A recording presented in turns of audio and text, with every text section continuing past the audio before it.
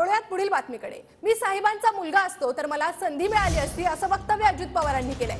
मी साहेबांचा मुलगा नाही म्हणून मला संधी नाही, हा कसला न्याय असाही प्रश्न अजित पवार यांनी उपस्थित केलाय।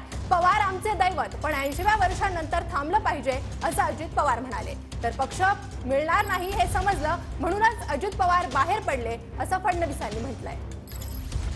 आता मी पण 60च्या पुढे गेलो राव, किती दिवस आम्हाला कधीतरी चान्स आहे का नाही? आम्ही काही चुकीचं वागतो का? त्यामुळे भावनिक होऊ नका। तुमचे प्रश्न तुम्ही बारामतीच्या पण लोकांना विचारा। आम्हाला पवार साहेब आमचं दैवत आहे त्याबद्दल दुमत नाही, परंतु प्रत्येकाचा काळ असतो। कुठेतरी 80 वर्षाच्या पुढे गेल्यानंतर नवीन लोकांना संधी द्यायला पाहिजे। केंद्रकरांनो, मी जर साहेबांचा मुलगा असतो तर मला संधी मिळाली असती का नाही? असती का नाही?